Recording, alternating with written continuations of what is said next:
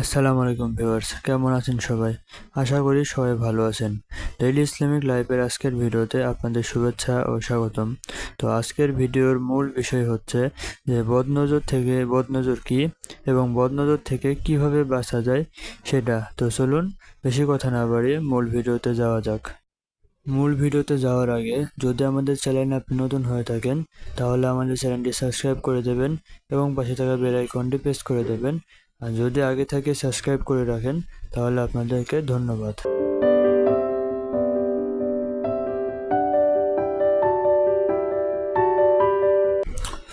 বদনজর কি? কোনো ব্যক্তি বা বস্তুর প্রতি আশ্চর্য হয়ে উপহাস করে, হিংসা করে কিংবা লোভনীয় ভঙ্গিমায় দৃষ্টি দিলে এতে যদি তার ক্ষতি হয় তাহলে তাকে বদনজর বলা হয়। পবিত্র কুরআন ও হাদিস থেকে জানা যায়, কুদৃষ্টি বা বদনজর লেগে যাওয়ার বিষয়টি প্রমাণিত সত্য। মানুষের চোখ লাগা এবং এর ফলে অন্য মানুষ বা জন্তু জানোয়ারের ক্ষতি হওয়া সত্য। এটা মূর্খতার সুলভ কুসংস্কার নয়। এক আয়াতে এসেছে, কাফিররা যখন কোরআন শোনে তখন তারা যেন তাদের তীক্ষ্ণ দৃষ্টি দিয়ে তোমাকে আছড়িয়ে ফেলবে। হযরত মুহাম্মদ সাল্লাল্লাহু আলাইহি ওয়াসাল্লাম ইরশাদ করেছেন, বদনজর এতটাই ভয়ঙ্কর যে একটি জ্যান্ত উটকে হাড়ির পাতিলে নিয়ে যেতে পারে এবং একটি জ্যান্ত মানুষকে কবর পর্যন্ত নিয়ে যেতে পারে।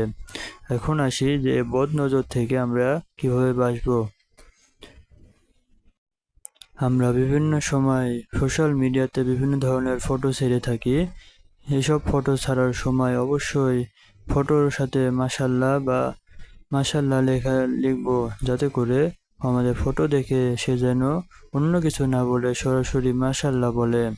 এবং আমরা যদি কোনো বিজনেস করি বা কোনো খামার করি তাহলে আমরা অবশ্যই সেই খামারে বা বাড়ির গেটে মাশাআল্লাহ লিখে থবো, যাতে করে লোক সবার আগে সেই মাশাআল্লাহটাই দেখতে পারে এবং মাশাআল্লাহ শব্দটি উচ্চারণ করতে পারে।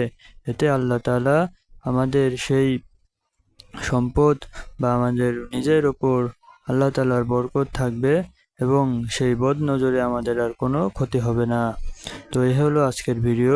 যদি আমাদের ভিডিওটি ভালো লেগে থাকে তাহলে আমার চ্যানেলটি সাবস্ক্রাইব করে দেবেন এবং পাশে থাকা বেল আইকনটি প্রেস করে দেবেন, যাতে করে আমাদের নতুন নতুন ভিডিও আপনাদের কাছে পৌঁছে যায়। এবং নেক্সট নতুন কী নিয়ে বিষয় নিয়ে ভিডিও করা যায় সেটা কমেন্ট করে জানাবেন। তো সবাই ভালো থাকবেন, সুস্থ থাকবেন। আল্লাহ হাফেজ।